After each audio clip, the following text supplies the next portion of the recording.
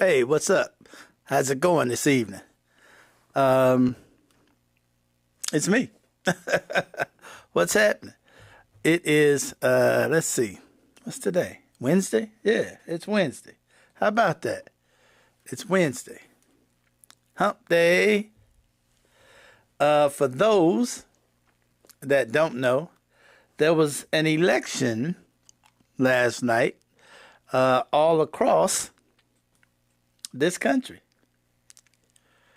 There was an election out in California, election in New York, elections in Virginia and New Jersey.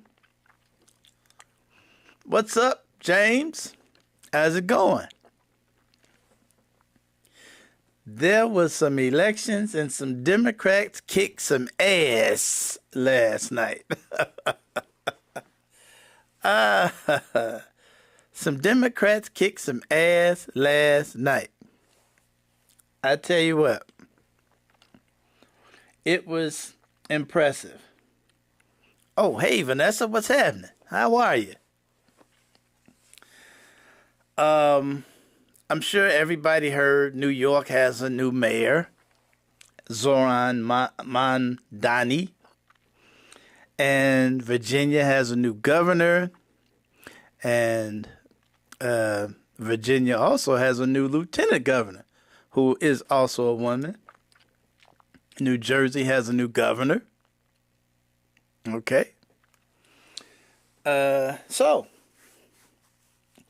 there you have it. Out in California, Gavin Newsom's ballot initiative won with big support. So the Democrats kicked ass. But in lesser known things around the country, in Pennsylvania, the Democrats kept control of the Supreme Court. That's big time.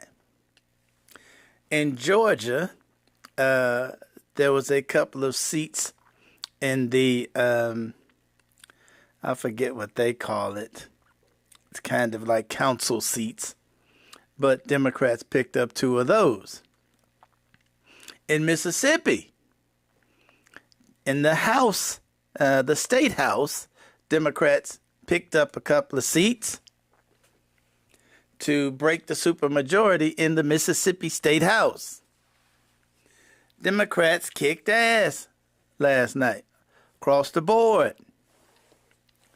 So, I guess that seems to be the trend. I guess everybody is finally getting a whiff of what's stinking in Washington, D.C.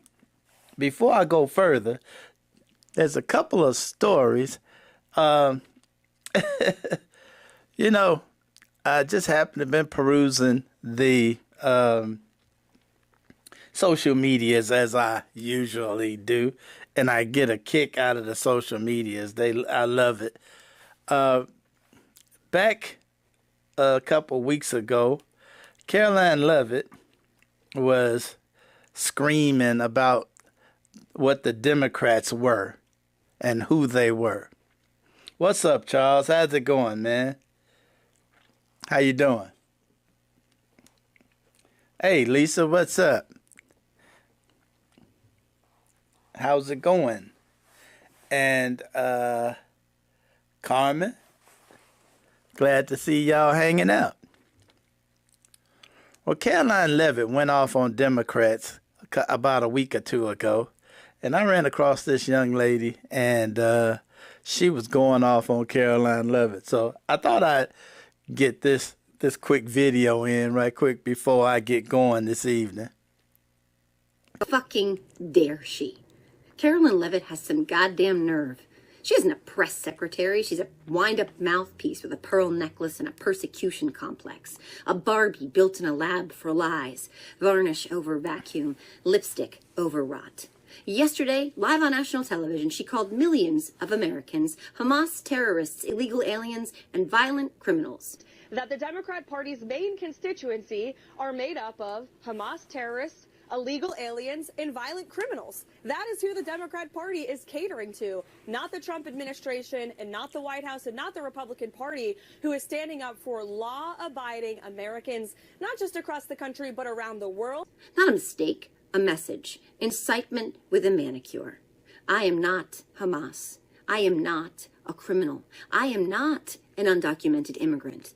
I am an American, a mother, and a citizen, and I will not be fucking quiet. Don't you dare tell me that marching for democracy means I hate my country. Don't you dare call me unpatriotic, because I still believe it can be better. If you can defend a man who sent a mob to attack our capital, you don't love America. You love power. You love chaos. I love this country enough to fight for it. You love it like an abuser loves control. I love it like a mother who loves a wounded child. Carolyn Levitt should resign, but she won't. Shame doesn't stick to people who trade their souls for airtime. This whole regime is rot in a flag. They don't govern, they gorge. They clutch crosses with one hand and cash with the other. They preach family values while protecting predators.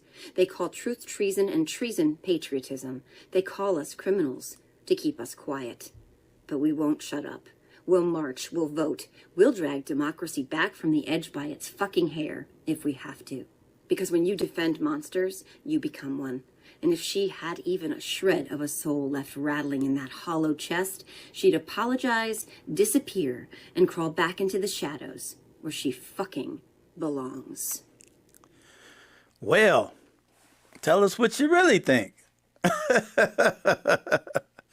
You know, I wanted to say all of those things about that woman.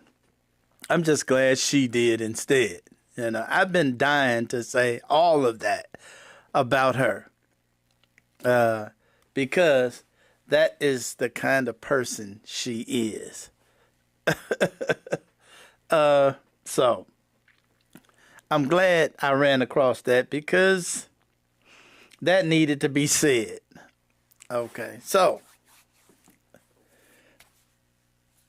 I'm sitting here and I'm really ecstatic about what went on last night. Now I'm gonna do some other stories about other stuff today, but last night really got me excited, because it was such a beatdown. It was such a beatdown. The Republicans just, and the funny thing is, I saw people interviewing people in New York, and they were asking questions like, you know, doing the exit polling and whatever, and asking, did you vote for, who did you vote for? And people had voted for Cuomo and stuff like that. And then they'd say, did you hear that Trump endorsed Cuomo and Elon Musk endorsed Cuomo? And they said, yeah, you know. And it dawned on me that these people voted for Cuomo because Trump endorsed them. They were going to vote for Curtis Sliwa. And if you don't know who he is, he was the guy that started the Guardian Angels out there in New York.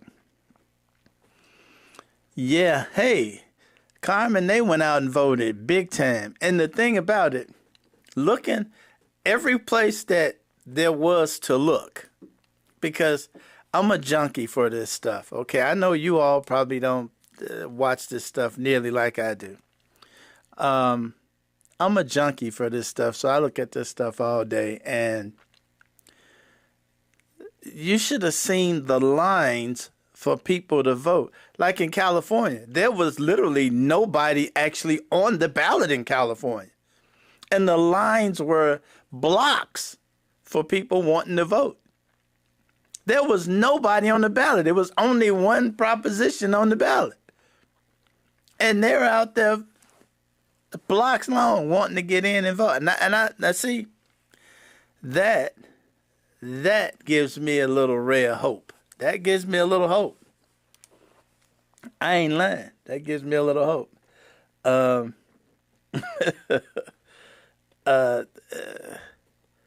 And I mean, the Republicans got beat by double digits everywhere. I mean, every place, double digit wins. So, and of course, you know who up there in the White House, he, of course, he had what he had to say about it. But there was one little thing he said at the end late last night. He said, and so it begins. And so it begins. Yeah, even in Georgia. Yes, absolutely. Even in Georgia. Like I said, Pennsylvania, Georgia, Mississippi, all these places where Democrats haven't been winning anything lately, they actually won. They picked up state house seats in Mississippi. Now, you would wonder, and you know what? Y'all know I bash Mississippi all the time. And I shouldn't. Shame on me for that. But I bash Mississippi all the time because the reason I bash Mississippi is because Mississippi, I think, is almost half black. I think it's 40 or 45% black in Mississippi. And they practically got no representation. You would think you would figure it out when the population is that close in a state. You would think you would figure it out. How to get, I understand that the Republicans have the system fixed and rigged. Like they just did in Texas. They just gerrymandered the votes in Texas. I understand that. But when your population is almost half of the opposing population, come on. There's some, you can finagle. So if you have to get some people to move into another district just to vote somebody out, there's ways to do something. Anyway, so there's that. Another thing that is going on, other than that, I want to move on to, I got a couple of really long videos that I want to play. Because, I like to highlight stuff that is crazy stuff. And for those of you that did not hear, which I am one that did not hear, there was a man in Tennessee. And this man got arrested.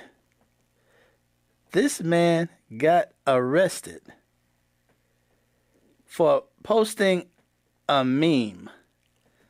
And I thought, this is perfect because it's Tennessee.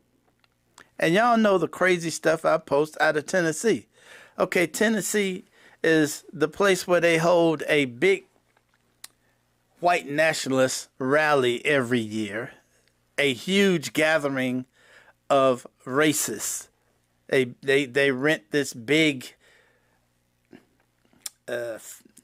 area and have a huge racist gathering and plan how they're going to completely whitewash America. Okay, that's in Tennessee. They also rampantly across the state arrest people for drunk driving who are not drunk drivers. It's been proven they're going across the state of Tennessee just pulling people over and saying, you drunk, you're under arrest, and with no indication of somebody being under the influence. That's Tennessee. So Tennessee is just crazy. It's something going on in Tennessee, in the water in Tennessee or something. So I got a pretty long video I want y'all to see. And it just blew my mind when I saw this, because this how crazy it is in Tennessee. Check it out. Now, this is 5 minutes long, so, grab you some popcorn and check this out. It's wouldn't believe it. Jailed for a meme. Tonight, a Middle Tennessee sheriff defends the arrest of a man for posting this online meme, quoting President Trump. Good evening. I'm Rory Johnston. And I'm Carrie Sharp. Free speech advocates are sounding the alarm about this man's arrest. But in an interview, Perry County Sheriff Nick Weems claims this man left him no choice. The sheriff sat down to answer some tough questions from News Channel 5 chief investigative reporter Phil Williams. Phil, there are a lot of people out there who are outraged over this. That may be an understatement. Larry Bussard has been behind bars for more than a month, and right now he's not scheduled for another court appearance for more than 5 weeks. The question is, should this case ever have gone this far? Yeah, there's been some very, very bad phone calls that my employees has had to endure. Our dispatch has had to endure. For Perry County Sheriff Nick Weems and his office, the last few weeks have been rough as word has spread about their arrest of 61-year-old Larry Bussard for a Facebook post. A local judge set Bussard's bond at $2 million. He's been here for 35 days. 35 days over a meme. Well, it was a series of posts, but yes, the one post that he made was the one with Donald Trump that got everybody's attention and was considered threatening. Okay. Thank you. Local police took Bussard into custody at his home in Lexington, Tennessee on September 21st based on a warrant issued out of Perry County. The one-time cop is one of those rare liberals in rural Middle Tennessee and a keyboard warrior known for posting progressive memes like these. This is what they charged him with. Okay. Threatening mass violence at a school. At a school? It's referring to a school. I have no idea. This is what they've called us for, and I ain't got a clue. I played on Facebook. I threatened no one. I know you don't give a This is the meme that landed Bussard in jail. He posted it as part of a discussion about Charlie Kirk's murder. The meme quotes Donald Trump saying, "We have to get over it." It was exactly what the president said the day after a deadly school shooting in Perry, Iowa. That's the meme that he posted, correct?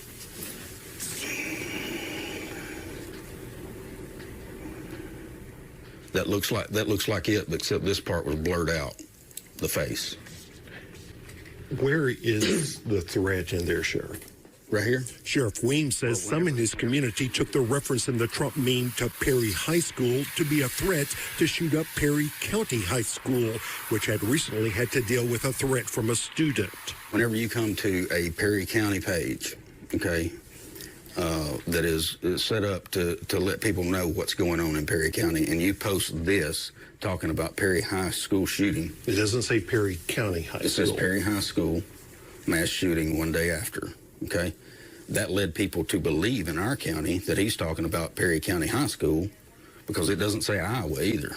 But you also knew this was an existing meme that was already out there on the internet. Correct. And so it's clear he's not talking about Perry County High School. We knew. The public did not know. No one even replied to that one meme, the meme that's in question here. No one said this is a threat against our school. No one even mentioned it. Chris Ergel from South Carolina heard about Bussard's arrest and started a Justice for Larry Bussard page on Facebook. A reasonable person cannot possibly interpret that as a threat. So I'm not sure what he's reacting to. I think it might be his own feelings. So why not just inform the public that this was not about Perry County High School? Because here's the thing. Whenever you're dealing with something like this and you've got multiple people that is now scared to send their kids to school, we tried to take a different approach and go and speak to this guy and say, hey, look, this is what you're doing. Yeah, freedom of speech, you know. As Bussard's wife explained to police, he saw nothing wrong with what he had done. That's what I'm saying. I'm not saying you did or did not commit a crime. I may have been, but That's not illegal. All of this could have been avoided, the sheriff says, if Bussard had just deleted the meme that people in Perry County had found so objectionable. Whenever we sent Lexington Police Department out to speak to him and he refused to do that, I mean, what kind of person does that? What kind of person just says he don't care? You know, I'm not taking it down. Maybe a person who doesn't think he's done anything wrong. Well, in TCA's eyes and our state legislatures that's put this law forth that come out July 1st, 2024, says otherwise. As for Weems' statement that Bussard would not be in jail today if he had just deleted the post, Chris Ergel says that shows it was never really about any threat against Perry County High School. Pretty much tells me he doesn't consider it a threat. If you think it's a threat, why would removing it make any difference? In your heart, do you think Larry Bouchard was threatening to shoot up Perry County High School? In my heart, I think Larry Bouchard knew what he was doing once we made contact with him, or once law enforcement made contact with him. And I believe that he knew what he was doing. And in my heart, he violated the law set forth by our legislatures. Now, Mr. Bussard's attorney has filed a motion to reduce his bond, but get this, that motion is not scheduled to be heard until December 4th, which is only adding to the outrage in this situation. Long time from now. Now, the sheriff cites a state law that was controversial when it passed, and advocates feared that innocent people would kind of be caught up in this. Was there anybody above the sheriff that questioned this, signed off on it? Yeah, Sheriff Weems tells me that his office did talk to DA Hans Schwindemann's office, and they signed off on the arrest, as did a judicial commissioner. The DA, by the way, did not return my phone call and speak to me like the sheriff was willing to do. Yeah.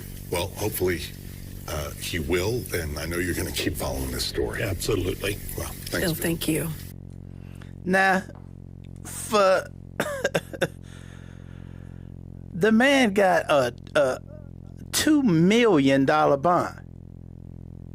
A $2 million bond for posting a meme on Facebook.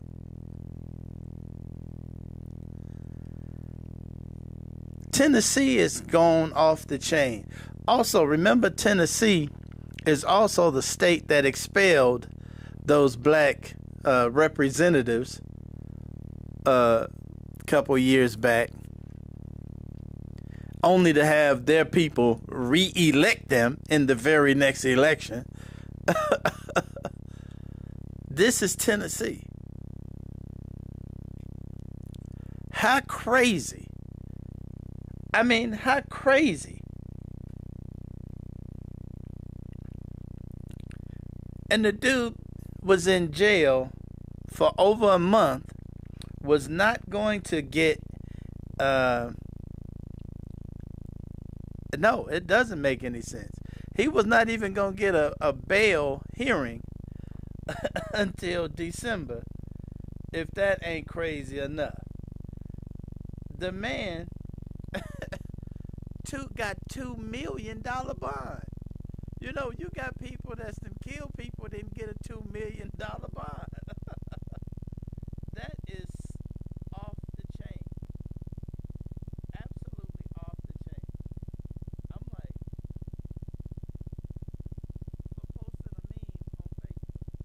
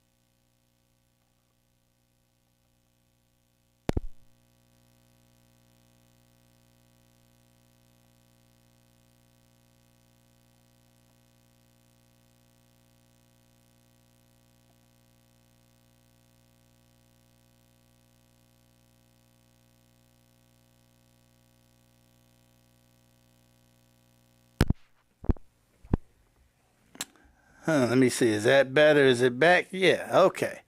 I think we back. Let's hope hope that don't happen. Wow. That was messed up. Anyway.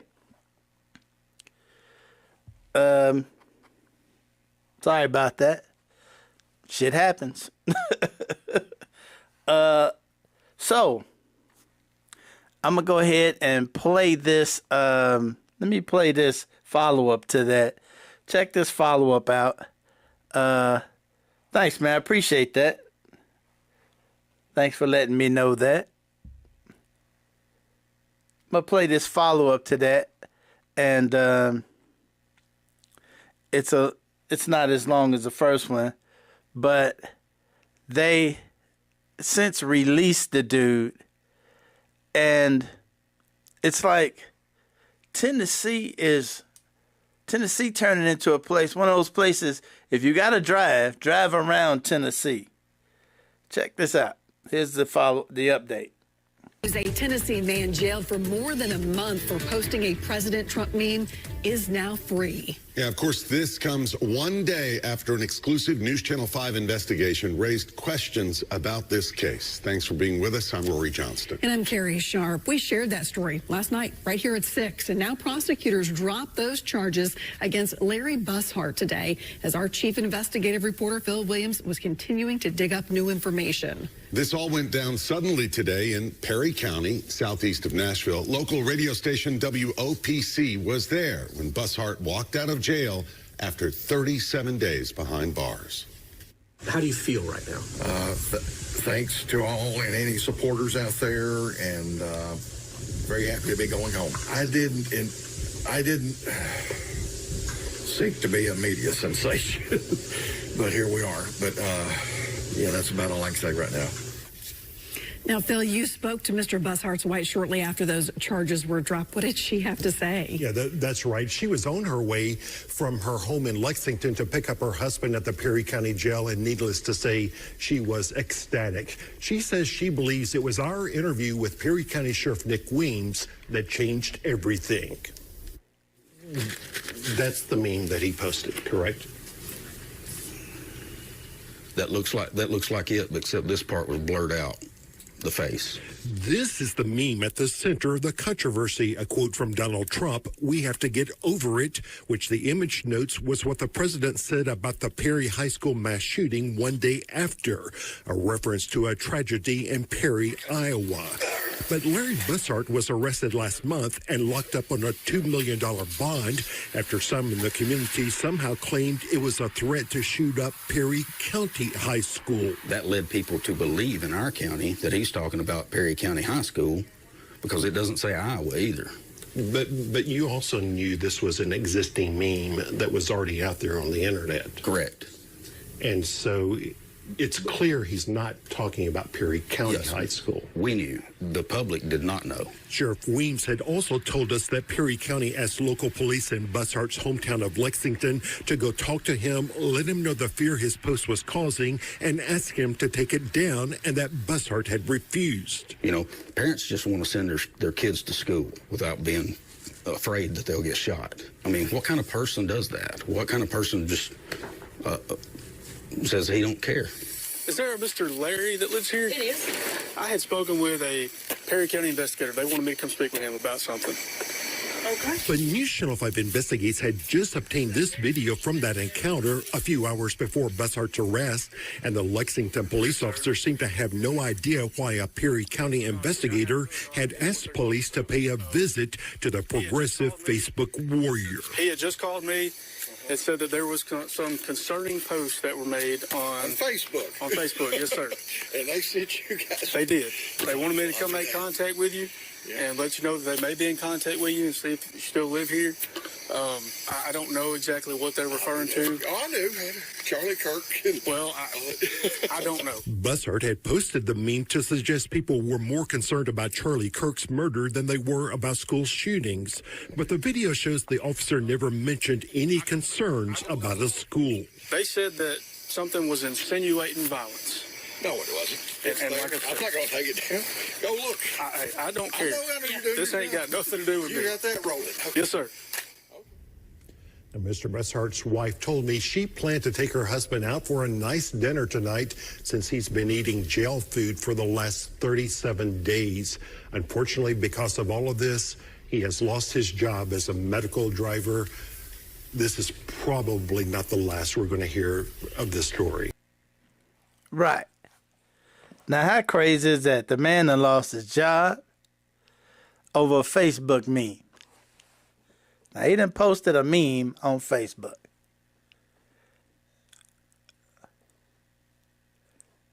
That's Tennessee. If you got folks in Tennessee, somebody tell me what's going on in Tennessee, you know.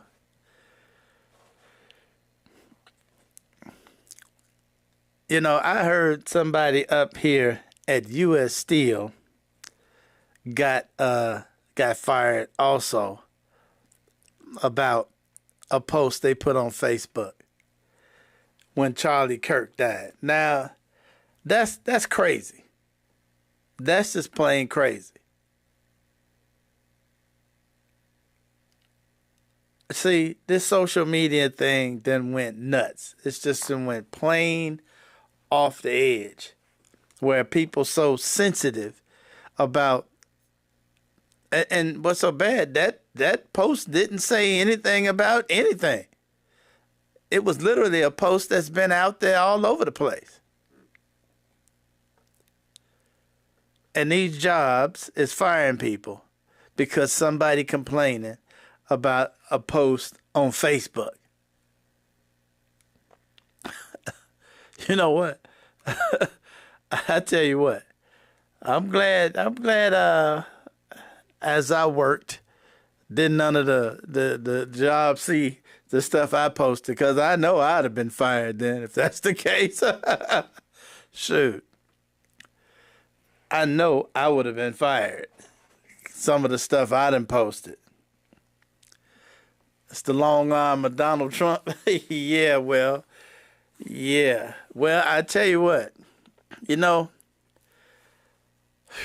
I hope we get an election next year, and hope some of this can get turned around a little bit. But to get arrested, the killer is the dude was in jail over a month. Over a month with a $2 million bond.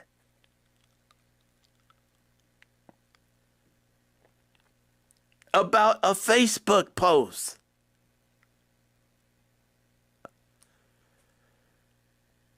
You know it's going to be more to that story.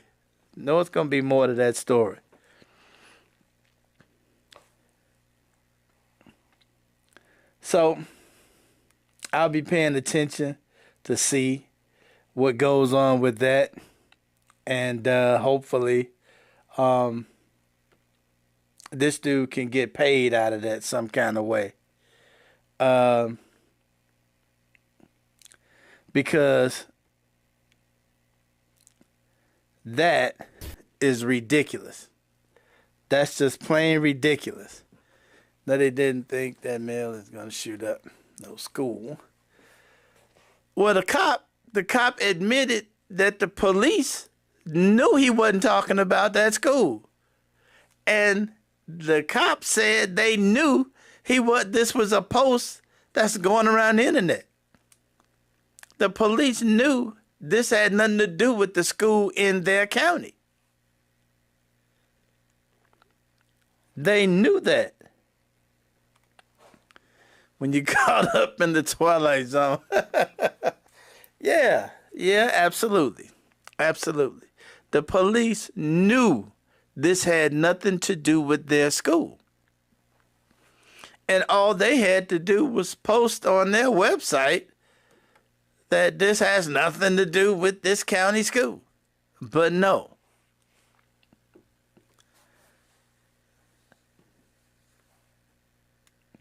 So, watch what you're posting. Watch what you're posting, Jack. The federales will be after you. Yeah, A. Charles, they did eventually let him out. That's what, that update was, that they let him out.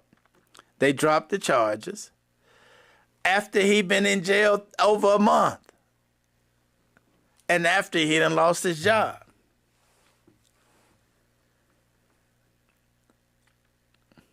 But they shouldn't have arrested him in the first place. This county sheriff, I think this county sheriff was trying to prove a point. This county sheriff was just being a jackass. Because he literally struggled to justify the arrest, And nobody explained what law they passed in April. They said they passed a law in Tennessee in April. I haven't seen an explanation of that law. It's got to have something to do with threatening a school or something, probably. But the sheriff admitted that they knew he wasn't threatening the school. So, anyhow, I'm going to pivot from that. That was crazy. I know it was long-winded, but it just hit me like a ton of bricks as I was doing some research, and I was like, wow, that is crazy. Absolutely crazy. You deactivated your accounts after the election. Okay. I mean, that's one way to do it. I did not deactivate mine. I don't spend a lot of time on them. I do go in and look every now and then because I think some of the stuff is funny. There's such funny stuff on there. As a matter of fact, there's just funny stuff as far as I'm concerned. As far as I'm concerned, just the funniest stuff. I got one more thing I want to play right quick, and this has to do with this administration is changing. They're looking to change the rules for being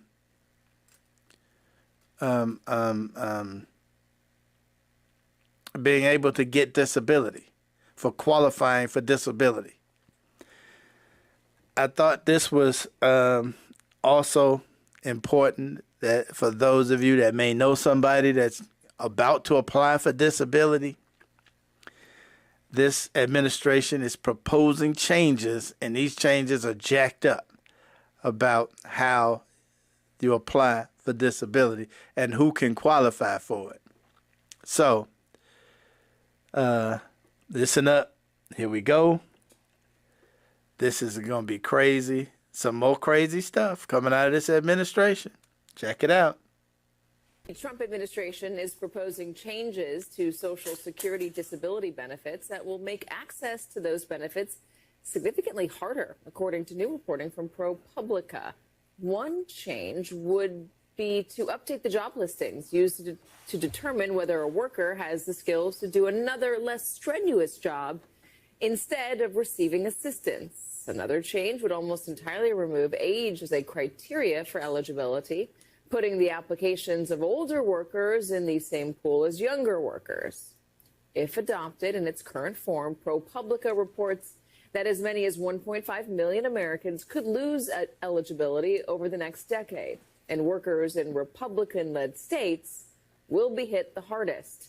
Joining us now, ProPublica reporter Eli Hager. Eli, thanks for joining us. Let's start small. Tell me about one of the people you interviewed for this story and how these new changes might affect him.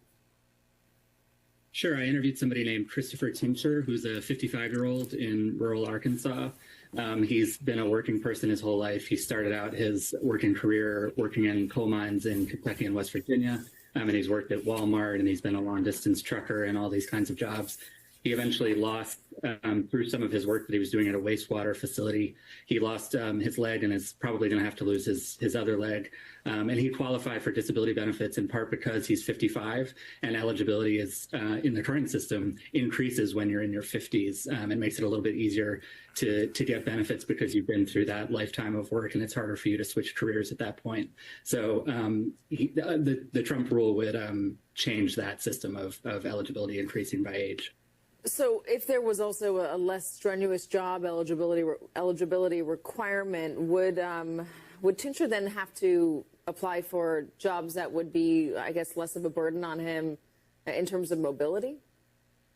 Right. So two things would happen. Number one, somebody like him, I can't say what would happen exactly in his case, but somebody like him with that experience, their age would no longer be taken into account. So they would be treated the same in the disability adjudication as a 20-something. And then secondly, the jobs listings would be updated. So it would show that, say in his area of Arkansas, there is this sort of low-skilled, more sedentary job behind a computer that maybe he could do. In his view and the view of disability advocates and union leaders, that sort of pulls the rug out from working class people who have only done a certain type of manual job their whole life, whether it's in coal mining or logging or construction work. And those are the skills that they have. And now they're being told that actually the system is changing now that they've reached their most medically vulnerable years, and that they're going to have to learn how to do something on a computer instead of getting these disability benefits that they paid into the system for. Who are the proponents of this?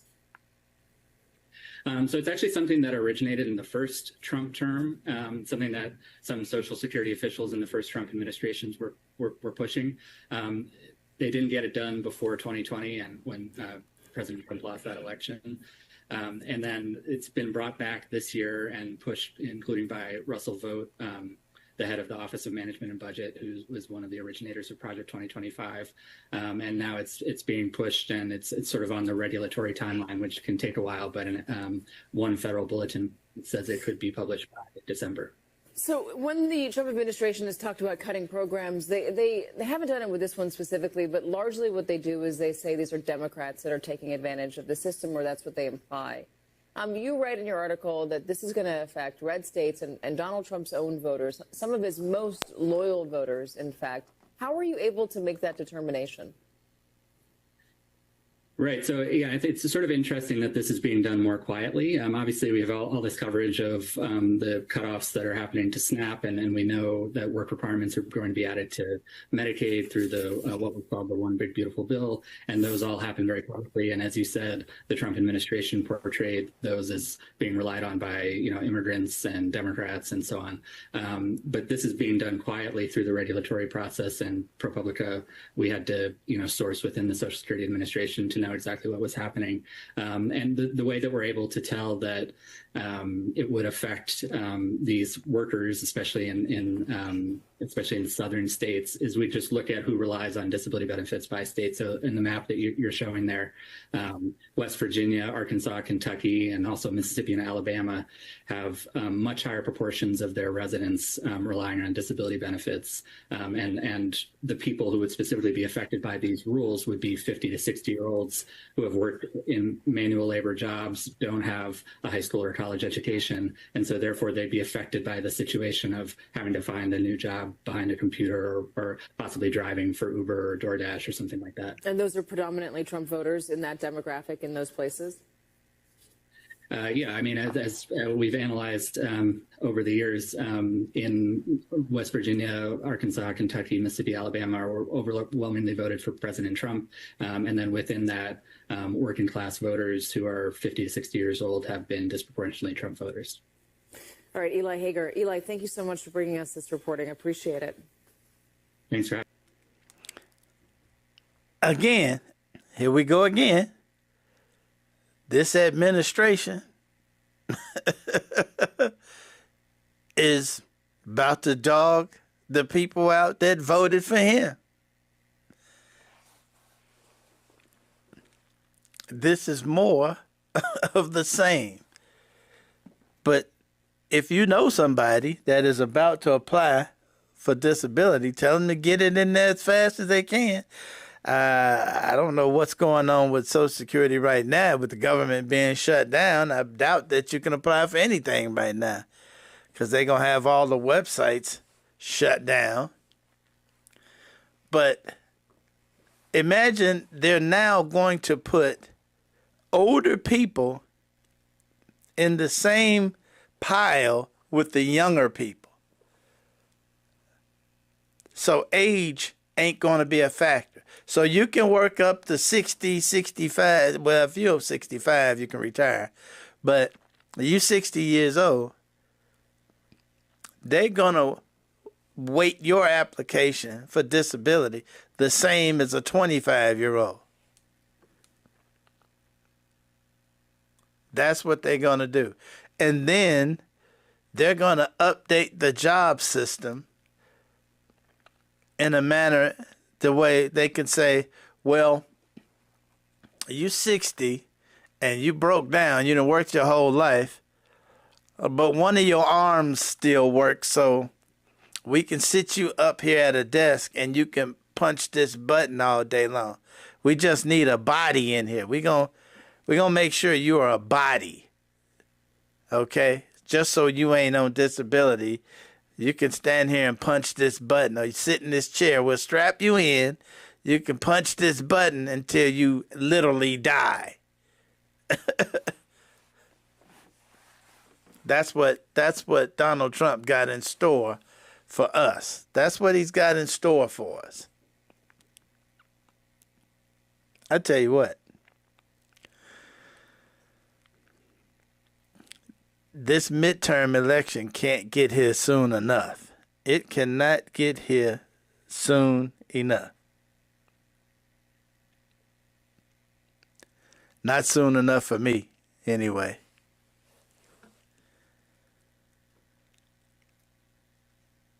So, more of Trump voters effing around and finding out. So that's FYI. I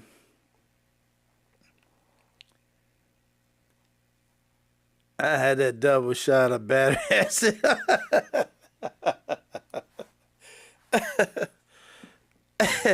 Hey, man. You might want to go light on the battery acid, man. You might want to go light on the battery acid, all right? And, you know, this is going to hit Donald Trump's people more than anybody else. So that's the killing part of it. He dogging his own people out. You know, so it is what it is. Just thought that was important enough to put that out there. You know, just FYI, if you know somebody, wire them up because, you know, they messing with the church money as usual. As usual, they messing with the church money. So, and I don't know why. Everything they seem to be doing, everything this administration is doing is geared toward hurting anybody that ain't rich. If you're not rich, the rules are designed to hurt you. We're going to just hurt you. We're going to do whatever we can to beat you down if you're not rich. You would think, and see, that's the difference between a Democrat and a Republican. I say this all the time. A rich Democrat understands he needs you to be alive so he can stand on your shoulders. Okay? And keep his head up in the clouds. That's a rich Democrat. They understand. Republicans, they don't get it. A rich Republican will stomp you into the mud until it's affecting him. He doesn't understand. He needs you to be alive so he can stand on your shoulders. See, their remedy for you dying is just pile somebody on top of you that they can stand on. Okay, you dying? Okay, let me grab another guy and throw him on top of you so I can stand on him. That's how I'll stay out of the water. I'll just pile up dead bodies underneath me. That's the difference between a Democrat and a Republican. The Democrat understands he needs you to be alive.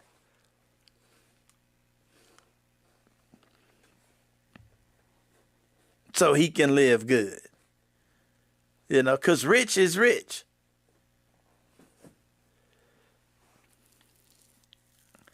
You got a guy like Elon Musk who has asked his board of directors to give him a $1 trillion pay package at Tesla. This guy is determined to be the first trillionaire. Let that sink in.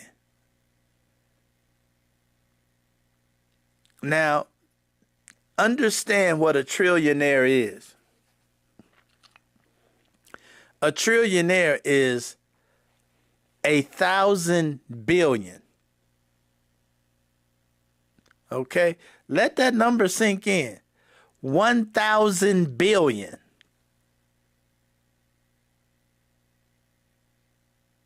This is this is supposed to be okay. One guy is supposed to be able to have 1,000 billion. And it's just okay. While he steps over dying people in the streets.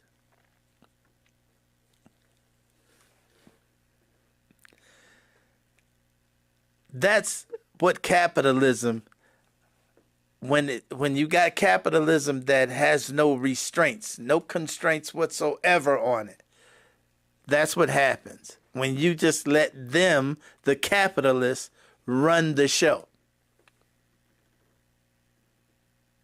See, they elected a Democratic Socialist. So now that we got two Democratic Socialists now, Zoran Mamdani and Bernie Sanders. So we got two Democratic Socialists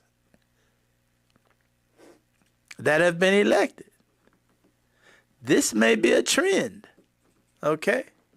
This may be a trend, and the Republicans are scared to death about it.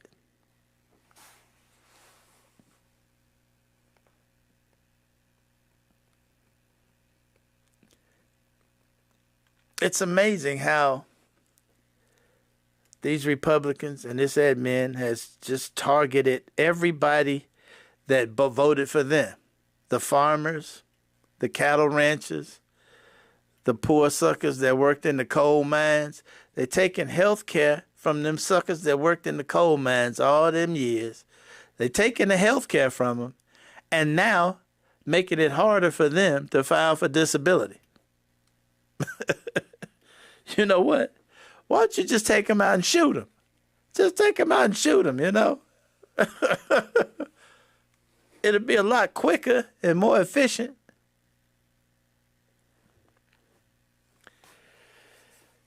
Just crazy. Absolutely crazy. So,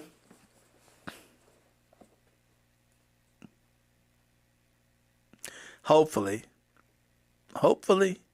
between the courts and pushing up to next year's elections, hopefully we can put the brakes on this administration a little bit.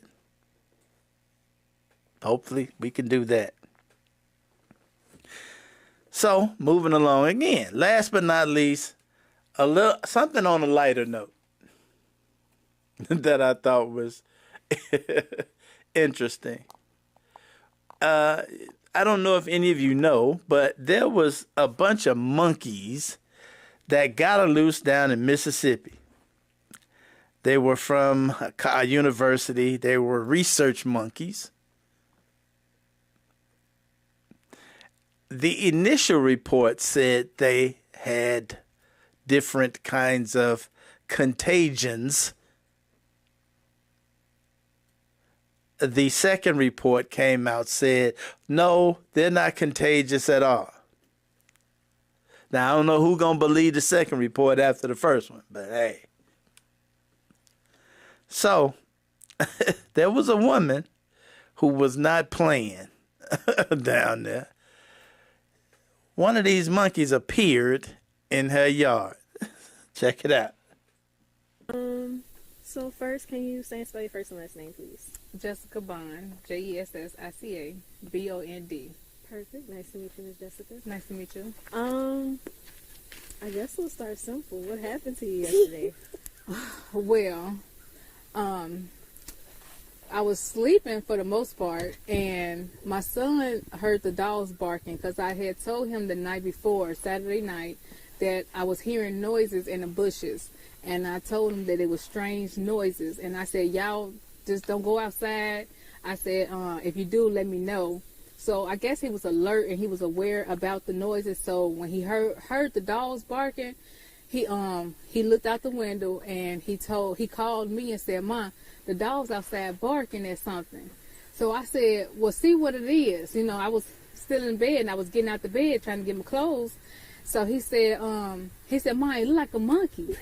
So I said, well, I said, record it. I said, make sure, because, you know, so we could have proof of it, that it was in our yard. Because I didn't know if it was just running past or, you know, leaving or whatever. So he said, I can't get a clear shot. He said, but Mom, it's the monkey.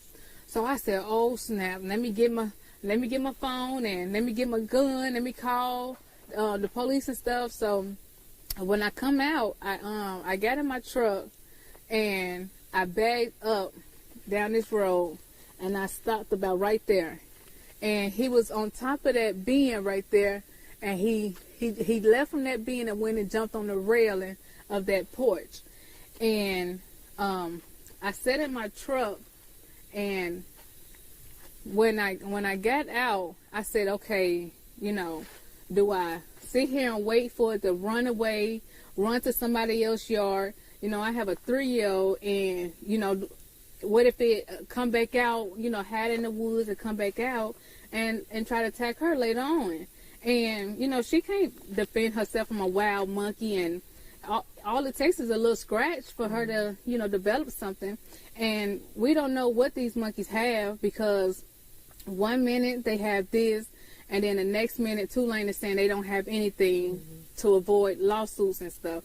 So, you know, I'm not going to take my chances with my baby versus infected animal. So I did what any mother would do, and I got out and I shot at the monkey, and he had a look like something was wrong with him. You know, it looked like something was wrong. And I love animals, and I have dogs, I have a cat, I have a rabbit, you know, and she has had a turtle. We love animals, so it's like not like I'm an animal killer, you know. I didn't want to just kill a thing, but I mean, it's my baby versus the animal, a dangerous animal at that, you know. Yeah. No, I understand. So when you call 911 or you call Wildlife and Forestry?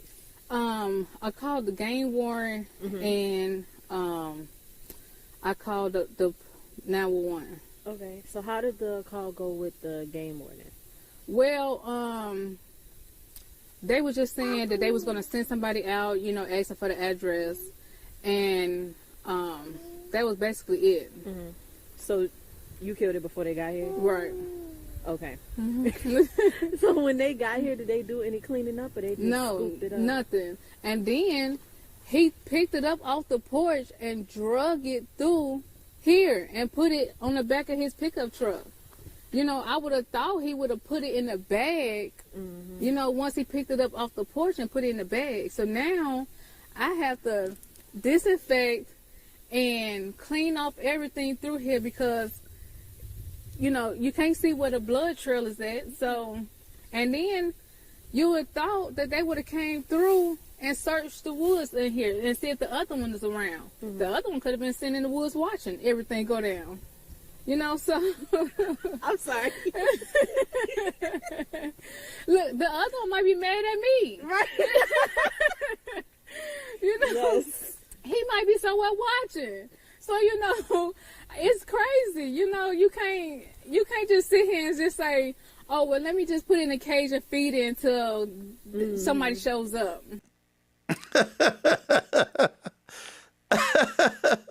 Well, you know what? I tell you what. My hat's off to this young lady. My hat's off to this young lady because she did what she had to do. All right? She did what she had to do. And let's hope that monkey ain't out there in the woods pissed off with her. All right? I hope that monkey that's out there, that's still out there, got sense enough not to mess with this lady. So, well, that's all I got for this evening. Other than I did see another interesting story this fella told on social media, and I thought it was pretty good. I got a really good laugh out of it, and I'm gonna share it right quick because it just tickled me when I saw it. So I guess I will just share that right now before I get out of here. This was an interesting story for those that just want a little chuckle before we go. Check it out. We were catching so many fish, it was like work. It become a burden. A group of folks showed up and they said, we want dress fish. I said, no, I ain't gonna give you none of my dress fish. Well, it escalated from there. I had an invitation by one of their spokesmen to step out here in the plow dirt. Now, I had been to the plow dirt before, and with all the confidence of a Dominica rooster, I stepped out there in the plow dirt. And before he got ready, I did old hop, skip, and jump on him. I come through South Louisiana with a right hook over the top, caught him on the chin just flush. I mean, I knocked the fire out of him. I'm ready to strut around a little bit, you know. But that old fella, this is all he did. He didn't stumble. He didn't bleed. He didn't fall. Now, the next part of the story was a blur for me. The next thing I knew, the biggest, strongest, hardest hands wrapped around my head in the plow dirt. And every time I'd exhale, I'd see a little puff of dirt. He said, we're going to get some of your fish. I said, help yourself.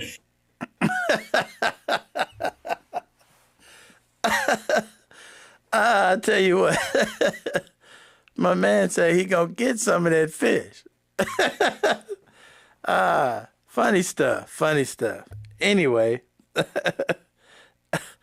that's all I got for this evening. Thanks for hanging out with me. My man say hop, skip, and come through Louisiana with a right hook.